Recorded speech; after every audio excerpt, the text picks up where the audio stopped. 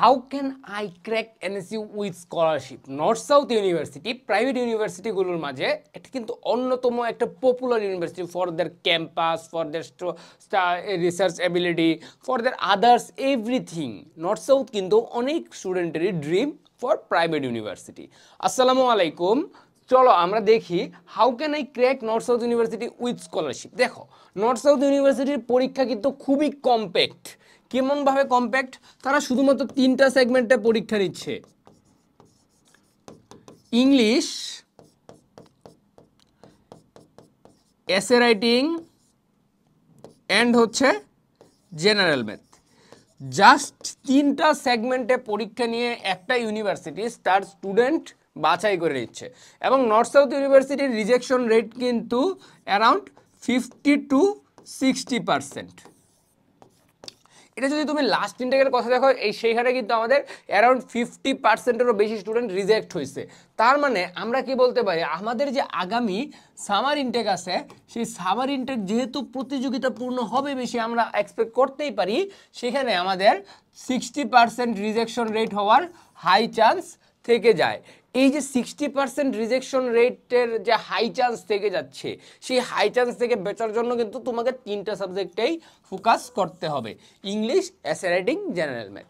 এখন দেখো, খুবই সিম্পল মনে হচ্ছে, কিন্তু এখানে সবচেয়ে বড় ট্রাম্প কার্ড প্লে করে হচ্ছে এই এসে রাইটিং।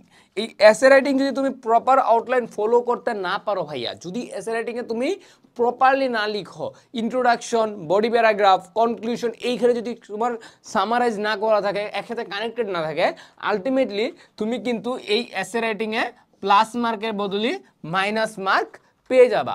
আর এইখানে যদি তোমার মাইনাস মার্ক চলে আসে বা প্লাস মার্ক না আসে, একটা তোমার এক্সট্রা প্রিভিলেজ না পাও, তুমি কিন্তু আলটিমেটলি নর্থ সাউথ ক্র্যাক করতে পারবা না। আর স্কলারশিপ, সেটা তো আরও পরের কথা।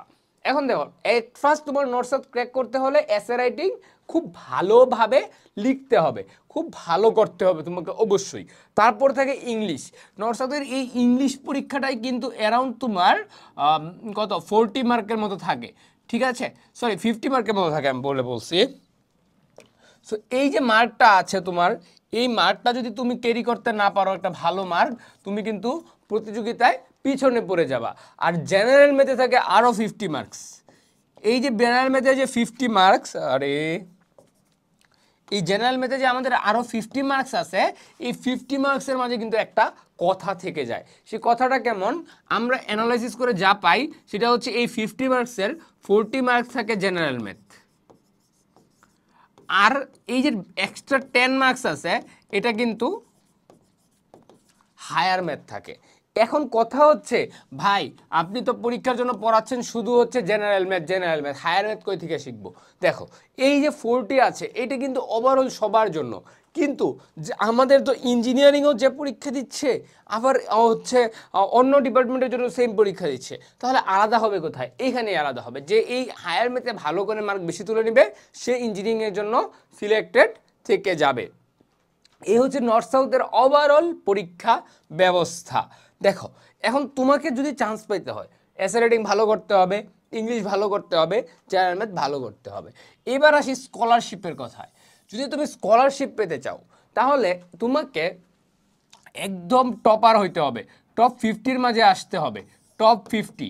সো টপ 50-তে আসার জন্য কিন্তু তোমাকে এইখানে 95%-এর বেশি মার্ক পাইতে হবে। এবং এই মার্ক কিন্তু উঠে ভাইয়ারা, এমন না যে 95% মার্ক হচ্ছে পাচ্ছে না কেউ, আমি কীভাবে পাবো, এটা কিন্তু পাচ্ছে, এবং তারাই কিন্তু স্কলারশিপ পাচ্ছে। সো তোমার প্রস্তুতি যদি স্কলারশিপ লেভেলে নিয়ে যেতে চাও, বা কোন টপিক থেকে তোমাকে পড়তে হবে, তোমার এই প্রস্তুতিকে সহজ করার জন্যই আছে north South university scholarship preparation course.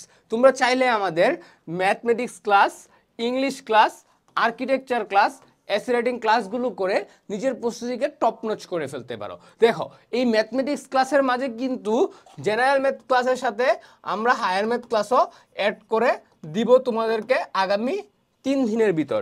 So higher math ক্লাসও কিন্তু, যার ইঞ্জিনিয়ারিংয়ের টার্গেট আছে, সে কিন্তু হায়ার ম্যাথ সেকশনের হায়ার ম্যাথ ক্লাসগুলো করে ফেলতে পারবা, যেন তোমার প্রস্তুতিটা কমপ্যাক্ট হয়। ইংলিশ, আর্কিটেকচার, ইংলিশ ক্লাস করার পর তুমি টপিকগুলো কভার করতে পারো। তোমাদের ভাইয়ারা এবং আপুরা এইভাবেই ক্লাস নিয়েছে যেন তুমি পরীক্ষার হলে তোমার ইংলিশ কোন জায়গা থেকে কোশ্চেন আসতেছে সেই জায়গাগুলোকে আর একদম টপ নচ করতে পারো। আর্কিটেকচারের জন্য তোমাদের ক্লাস দেওয়া আছে একদম হাতে কলমে, যেন তুমি আর্কিটেকচারের পরিপূর্ণ প্রিপারেশন নিয়ে রাখতে পারো।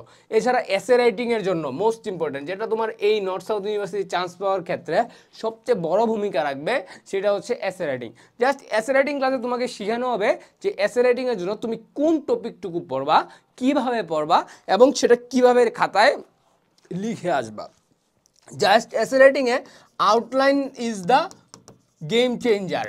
সো আউটলাইনটা যদি তুমি শিখতে পারো, তোমার আর কিছু দরকার নেই, কারণ তুমি ইংলিশ লিখতেই পারো, প্যাসেজ লিখে প্যারাগ্রাফ লিখে আসছো, এসে লিখে আসছো প্যারাগ্রাফের মতো সিম্পলি ভাই, কম্পোজিশনের মতো, এটা জাস্ট এ কম্পোজিশন, জাস্ট তোমাকে ফরম্যাট ফলো করতে হবে, আর এটাই তুমি পেয়ে যাবা আমাদের এই কোর্সে। এছাড়া ডিসকর্ড অ্যান্ড ফেসবুক সাপোর্ট গ্রুপের মাধ্যমে আমাদের মেন্টরশিপ সেশন তো থাকছেই। আরেকটা কথা, শুধু ক্লাস করলে হবে, নিজেকে যাচাই করতে হবে না, সেজন্য কিন্তু তোমাদের এক্সাম ব্যাচ টোটালি ফ্রি। যে আমাদের কোর্স কিনবে তার জন্য exam batch free, 20 sets of exam থাকবে তোমাদের এই কোর্স সাথে, একদম টোটালি ফ্রি। তাই নিজের প্রস্তুতি গুছিয়ে নিতে, এবং তুমি যদি চাও স্কলারশিপ সহ নর্থ সাউথ ইউনিভার্সিটি কোর্সটি ক্র্যাক করতে, তাহলে আজই এনরোল করে ফেলো আমাদের north South university scholarship preparation কোর্সে। দেখা হবে বিজয়ে। আসসালামু আলাইকুম।